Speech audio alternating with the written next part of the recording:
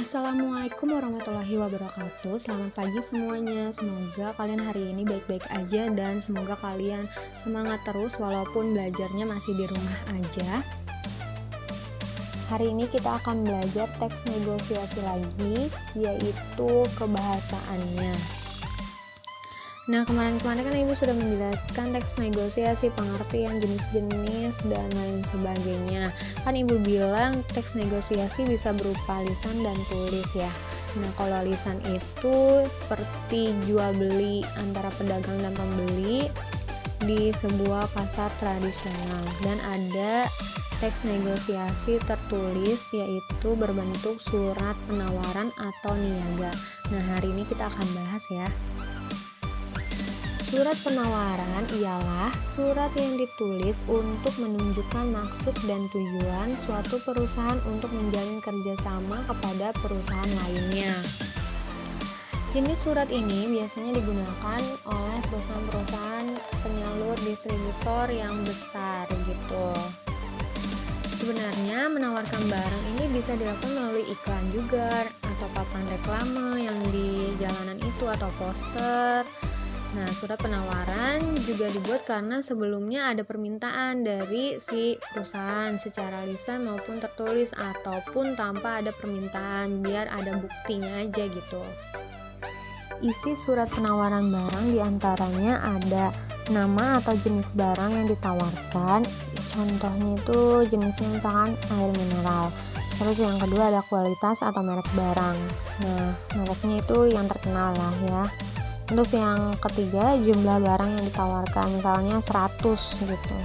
Terus selanjutnya ada harga satuannya, misalnya harga satuannya 20.000 atau berapa.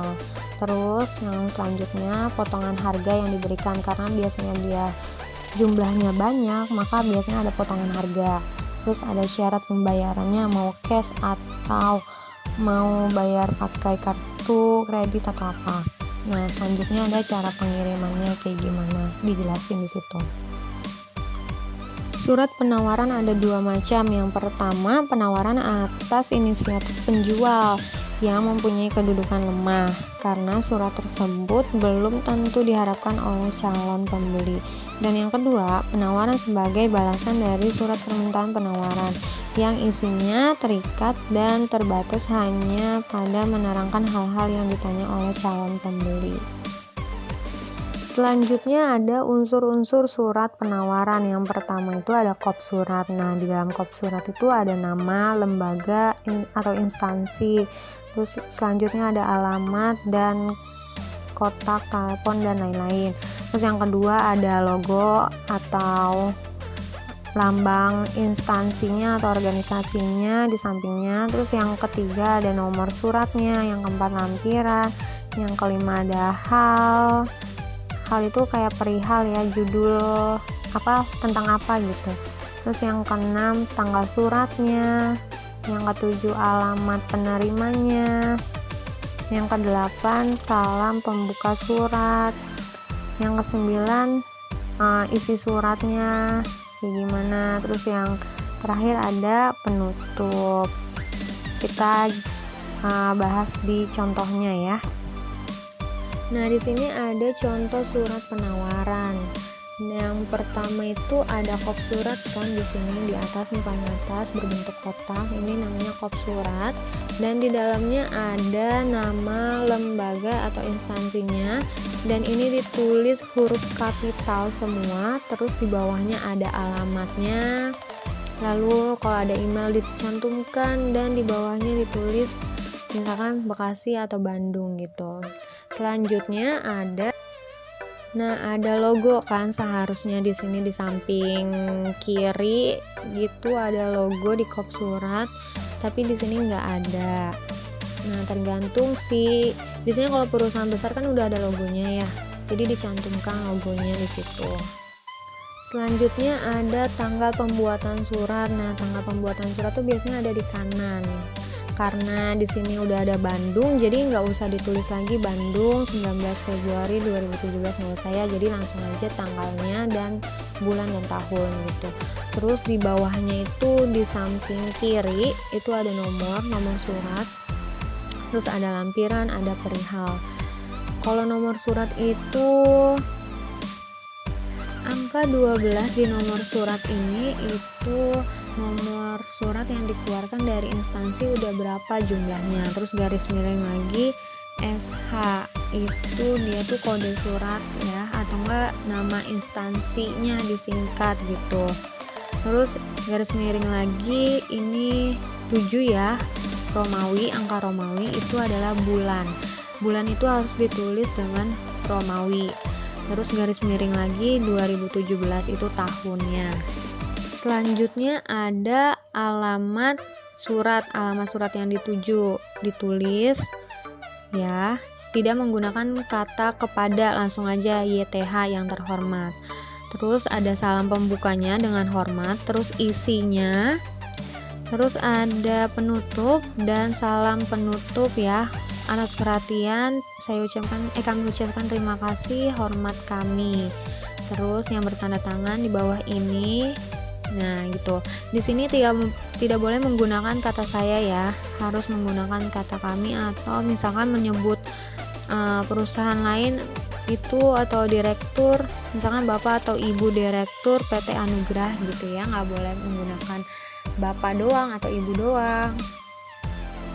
Selanjutnya itu ada kaidah kebahasan teks negosiasi. Yang pertama itu menggunakan bahasa yang santun. Yang kedua terdapat ungkapan persuasif. Persuasif itu kata yang membujuk. Yang ketiga berisi pasangan tuturan. Iya kan, harus ada pasangannya. Terus selanjutnya kesepakatan dihasilkan tidak merugikan kedua belah pihak, harus saling menguntungkan. Terus bersifat memerintah atau memenuhi perintah. Selanjutnya tidak berargumen dalam satu waktu, harus bergantian gitu. Terus selanjutnya didasari argumen yang kuat disertai dengan fakta.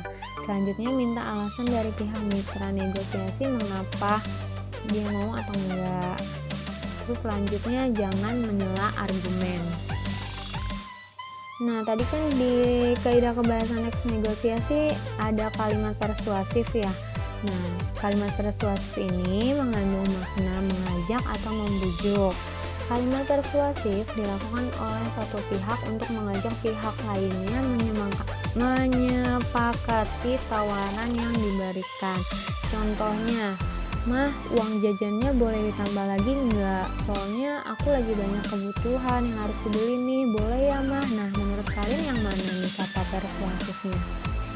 Kata persuasifnya ini boleh ya Mah gitu. Ngerti kan sampai di sini?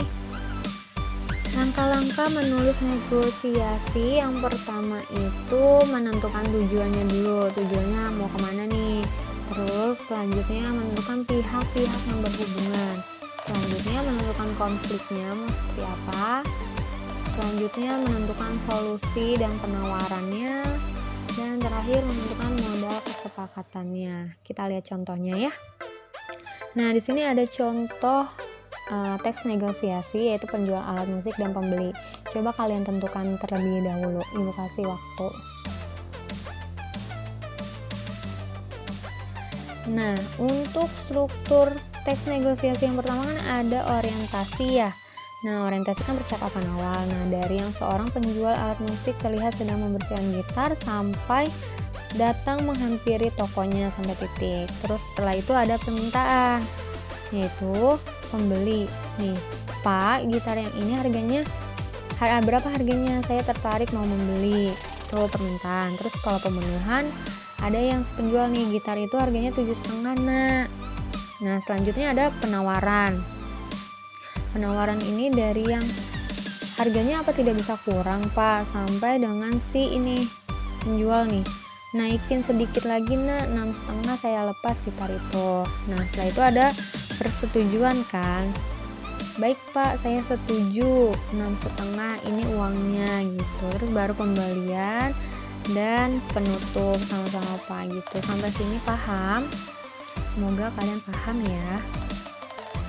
Nah, cukup sekian pembelajaran teks negosiasi hari ini. Semoga kita bisa bertemu lagi di lain hari dengan kondisi yang baik-baik aja. Dan untuk tugas kalian kerjakan LKS halaman 12, 13, bagian B dan bagian D aja ditulis di LJK, dikumpulkannya nanti ya di sekolah. Dan wassalamualaikum warahmatullahi wabarakatuh.